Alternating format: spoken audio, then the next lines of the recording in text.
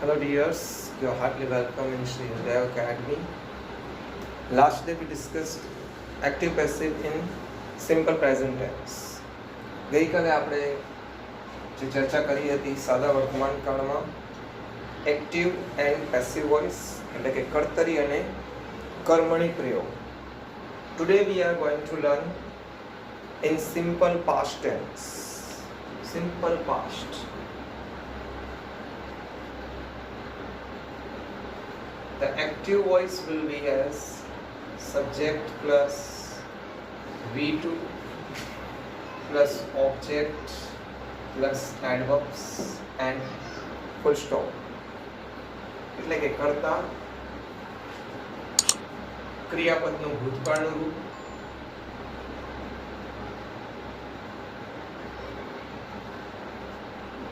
Plus કર્મ plus અન્ય શબ્દો full stop. This is the sentence construction will be of active voice એટલે કે કર્તરી પ્રયોગની થશે. જે ક્રિયાઓ વીતી ગઈ હોય બની ગઈ હોય તેને આપણે સાદા વર્તમાન કાળમાં ન લેતા સાદા ભૂતકાળમાં લેવાય છે. સાદો ભૂતકાળ એટલે કે જે ક્રિયાઓ પૂર્ણ થઈ ગઈ હતી, જે ક્રિયાઓ પૂર્ણ થઈ ગઈ હોય તમામ ક્રિયાઓને સિમ્પલ પાસ્ટમાં લેવાય છે એટલે કે સાદો ભૂતકાળ. ફોર એન એક્ઝામ્પલ, તેઓએ અમને દુખી કર્યા હતા. સેન્ટેન્સ ઇઝ તેઓએ અમને દુખી કર્યા હતા. હવે કોણે દુખી કર્યા હતા? as we asked to verb by who will get subject એટલે કે કર્તા. જે આમાં છે કે કોણે દુખી કર્યા હતા? તેઓએ. તેઓ માટે શું વપરાશે? they. હવે દુખી કરવા માટે આવે છે hurt or bisect. દુખી કરવું. or we can use of displease. These all are the verbs. First form of the verb displease, hurt, or we can use of bisect. એટલે કે દુખી કરવું. now તેઓએ કરતા લઈ વાક્યના અંતે જઈએ તો શું મળશે? ક્રિયાપદ. દુખી કરવા માટે શું આવે? displease. એનું ભૂતકાળનું રૂપ થશે displeased, hurt નું hurted and bisect નું થશે bisected. Any of them we can apply here. So they bisected. હવે તેઓએ દુખી કર્યા હતા. શું દુખી કર્યા હતા? The answer we can't get, but કોને દુખી કર્યા હતા? અમને. That is us. We છે આપણે અથવા અમને થાય. અમે અથવા આપણે. That is the subjective case. We એનું કર્મસ્થાન રૂપ શું થાય છે? અમને અથવા આપણને એટલે કે us. They bisected us. આ શું બનશે? active voice. Now as we asked to verb by what or whom, શું દુખી કર્યા હતા? તો છે ને, પણ કોને દુખી કર્યા હતા? અમને. So that is the objective case. કર્મસ્થાનનું રૂપ છે us. Now as we make the sentence of passive voice, the sentence will be started by objects. હવે કર્મથી વાક્યની શરૂઆત થશે પણ તેની શરૂઆત કર્તા સ્થાનના રૂપથી થાય. અસનું કર્મસ્થાનનું અસ છે એ વી નું કર્મસ્થાન રૂપ છે માટે એની શરૂઆત કરતી વખતે વી થી શરૂઆત કરવી પડે આપણે. So we, now this was the active form. As we go in passive form, then will be object, was or were, plus V3 plus by plus subject plus adverbs and plus full stop.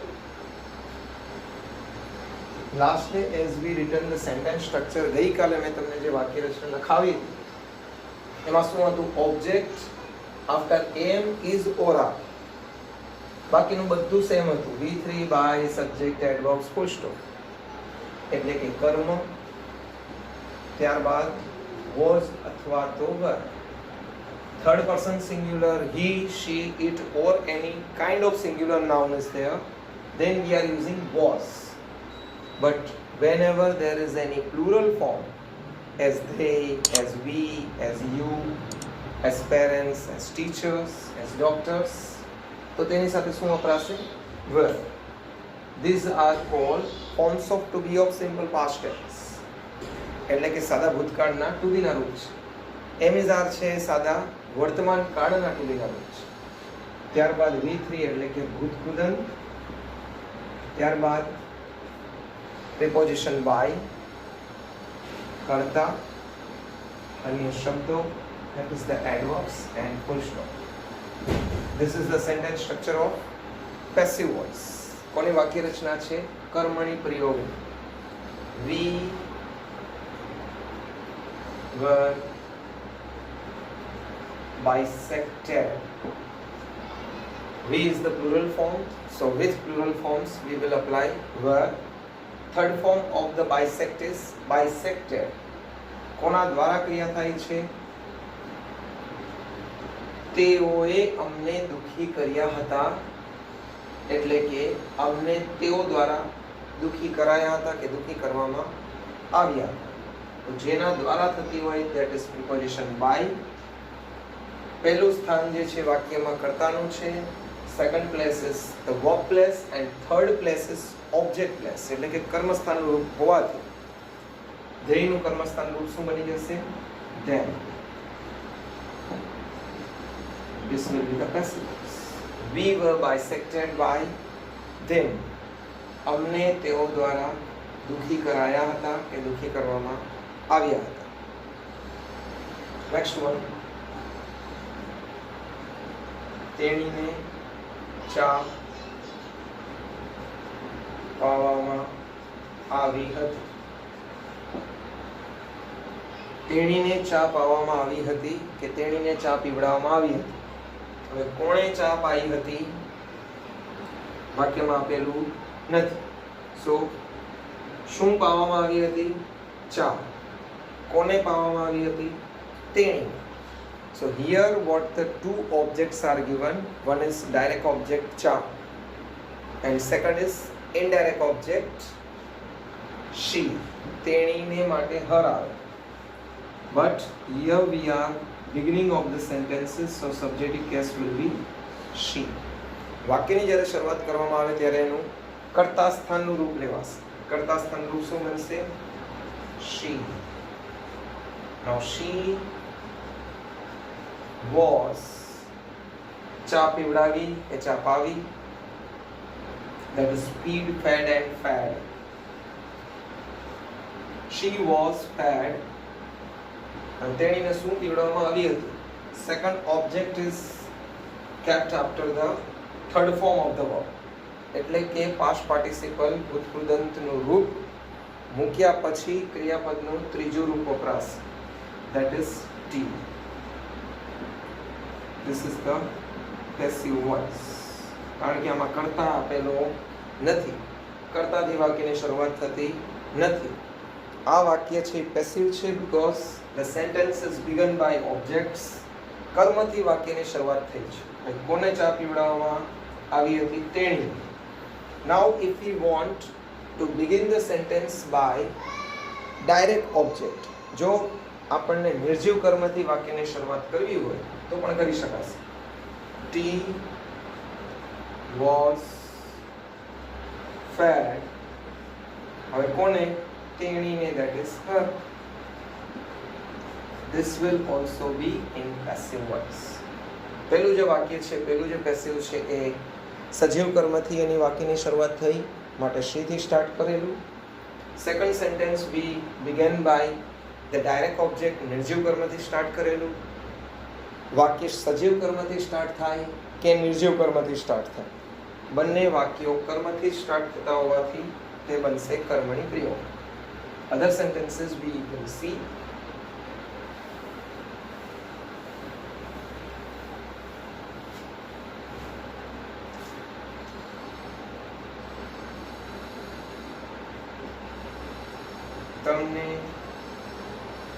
સારી રીતે ઓળખાય છે. Now the sentence is તમને સારી રીતે ઓળખાય છે. You identify. This is in simple present or in simple past. તમને સારી રીતે ઓળખાય છે. In the sentence છું, છીએ, છે or છો, then this is in simple present tense. So the answer what will be? You are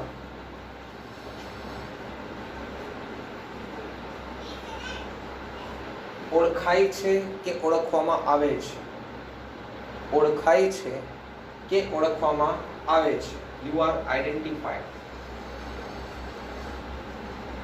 Identify એટલે કે ઓળખવું. એનું નાઉન ફોર્મ શું છે? આઈડેન્ટિટી. ઓળખ. Identify means ઓળખવું. This is the verb. ક્રિયાપદ છે. Noun form is identity.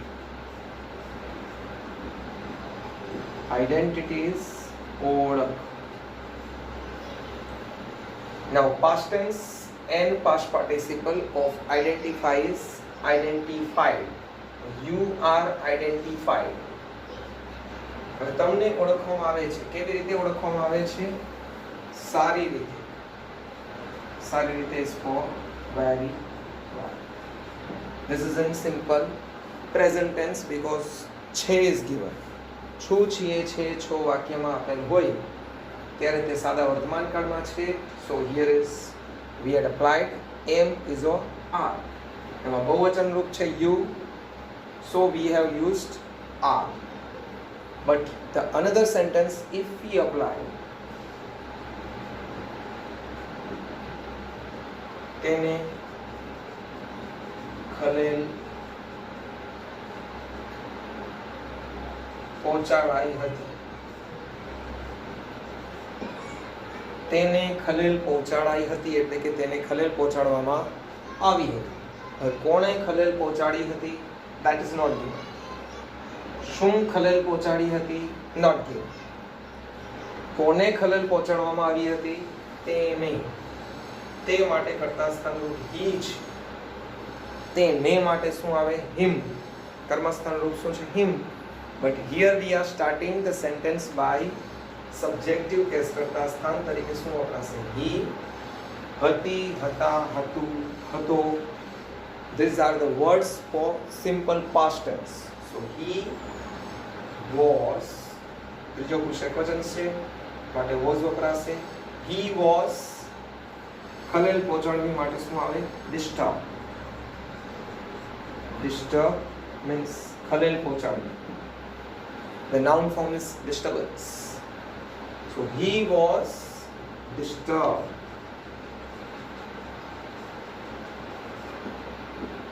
The sentence is over.